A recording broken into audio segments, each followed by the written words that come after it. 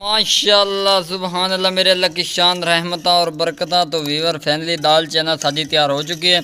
Village home तरीके डापस रहीम अस्सलाम वालेकुम। उम्मीद करता हूं तमाम दोस्त खैरियत से होंगे। मैं हूं आपका अपना मेज़बान मोहम्मद बिलाल। अल्लाह के फजल और करम के साथ उम्मीद करूँ आप लोग भी ठीक होंगे। आज अपनी प्यार सी यूट्यूब फैमिली का बहुत मज़ेदार लजीज गाँव के देहातों के मशहूर दाल चना जिन्होंने कहते हैं घरेलू और मुफीद मिसालें नाल तैयार करके दिखावे। तो हमारे चैनल को मिस्टर डॉट फूड 78 को सब्सक्राइब जरूर कर दिया करो। तुम्हारी तरफ से साझे कर प्यार मोहब्बत और इनाम होता है। तो जनाब बिना टाइम वेस्ट किए ऐसे चलने वीडियो तरफ। और उससे पहले आजकल गर्मी पमदी पे अगू सर्दी के माहौल भी चेंज हो रहे हैं। तो सोचा जी दाल बना रहे इंशाल्लाह शोरबा टाइप बहुत ही मज़ेदार तैयार होगी और खस्ता तरीके ना। तो बिना टाइम वेस्ट किए ऐसे चलते हैं वीडियो की तरफ। अल्हम्दुलिल्लाह वीवर चेक कर लो दाल चना सी उबाल। अल्हम्दुलिल्लाह वीवर दाल चना सी उबाल ली है। गुल्ली इस तरह गलनी होनी चाहिए। ये चेक कर लो गली गुल्ली नज़र आती पई है। ये दाल चना असी एक पाव के बराबर है इसे उबाल लीए।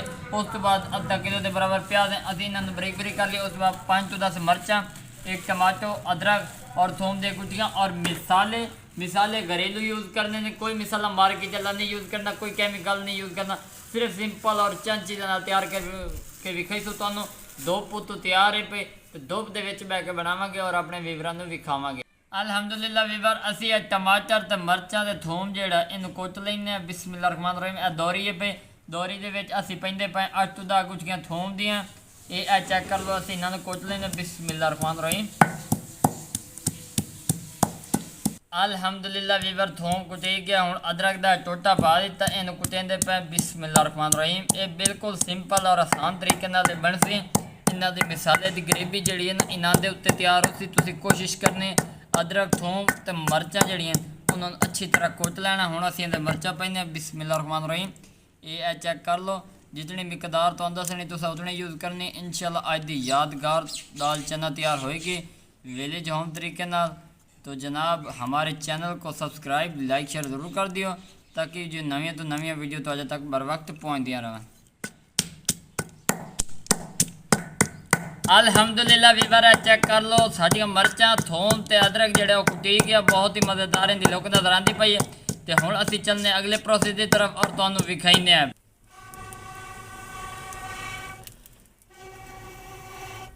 वीवर धुप के उत्ते बह के बनाइंदा पे तो एक सब्सक्राइब लाइक बनता है पे। तुहानू पता पसीना और गर्मी के विच बह के कुकिंग करना कितना मुश्किल है, लेकिन मैं बना के विखाइंदा पे। अग साडी बलदी पई है डंडे दे उत्ते। ते हुण असीं इहदे उत्ते देगड़ी रखने घ्यो पाइने ते तुहानू विखाइने।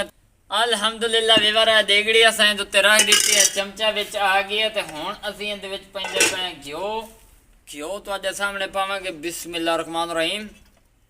ये घ्यो असीं इहदे विच पा दित्ता है। ए चेक कर लो। हुण असीं इहदे विच पावणे ने वसल। ये घ्यो गर्म होंदा पिया। अल्हम्दुलिल्लाह घ्यो गर्म हो गया वसल पैंदे पे। बिस्मिल्लाह रहमान रहीम। 3 तो 4 प्याज असीं इहदे विच पा दित्ते ने।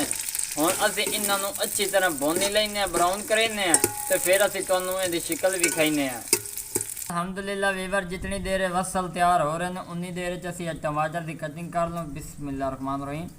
खूबसूरत जी बरीक बरीक कटिंग करांगे ताकि जो असी सालन दा बनाओ ना तो उत्ते खिले खिले टमाटर नज़र आवन। ये चेक कर लो। माशाल्लाह माशाल्लाह परिंदे की आवाज़ वेखो कि खूबसूरत आती पई। ये चेक कर लो।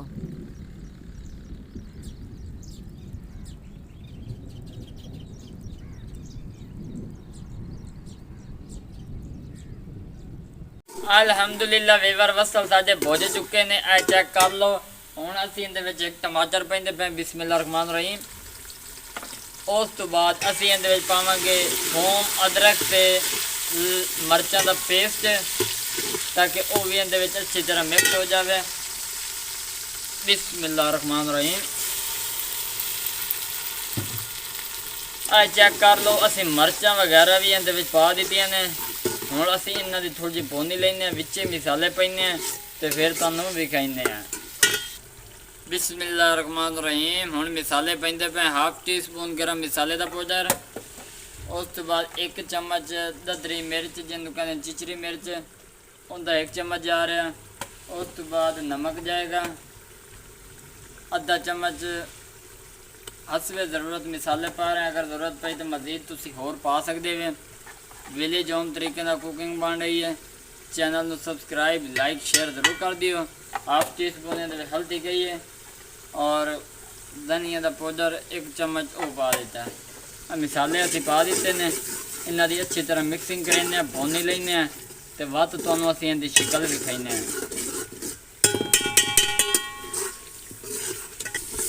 अल्हम्दुलिल्लाह वीवर चेक कर लो, अच्छी जी भुनी लग चुकी है।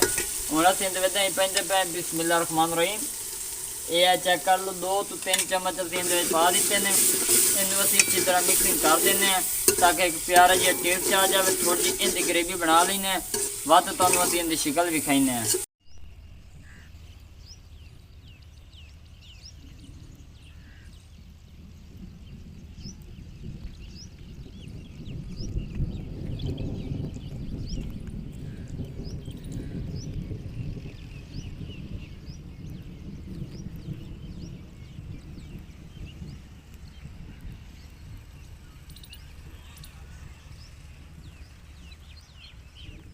अल्हम्दुलिल्लाह वीवर चेक कर लो, मिसाले की ग्रेवी बड़ी प्यारी जी बन गई। घी का नितार उत्ते आ गया, अच्छी तरह रोस्टिंग हो चुकी है। हुण असीं दाल चना पैंदे पे बिस्मिल्लाह रहमान रहीम। इनू असीं पहले उबाल लिया, वो तुहानूं असीं दस्सिआ कोई भी ज़रा इहदा ज़ाया नहीं होना चाहिए। अच्छी तरह बर्तन तुसीं साफ करना है पिया। एक बार सादे तरीके नाल तैयार करो, इंशाअल्लाह उंगलियां चटण ते मजबूर हो जासो।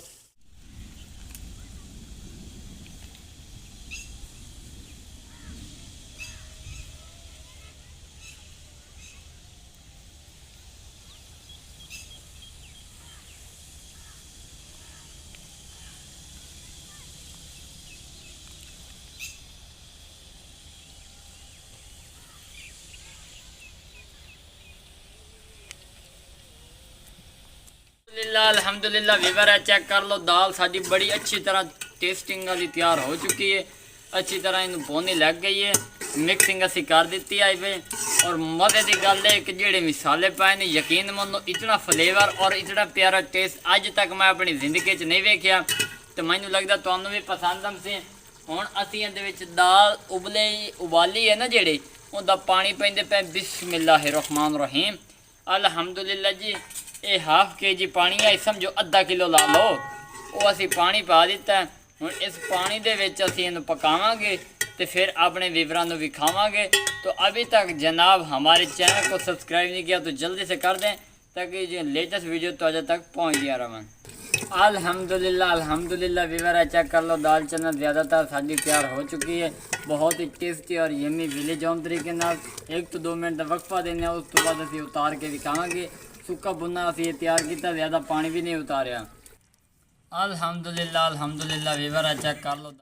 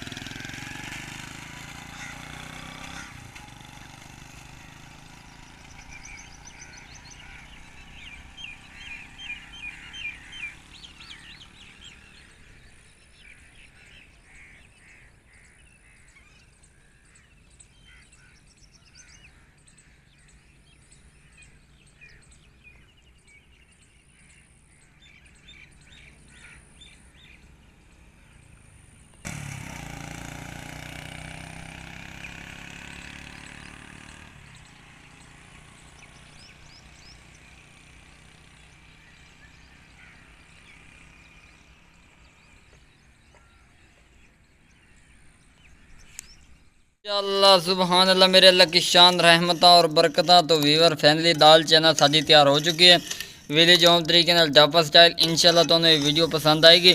अगर जनाब चैनल पे पहली बार है तो चैनल को सब्सक्राइब लाइक शेयर ज़रूर कर देना। अपना ख्याल रखना। बहुत सारी दुआओं के साथ मोहम्मद बिलाल को इजाज़त दें। अल्लाह हाफिज़।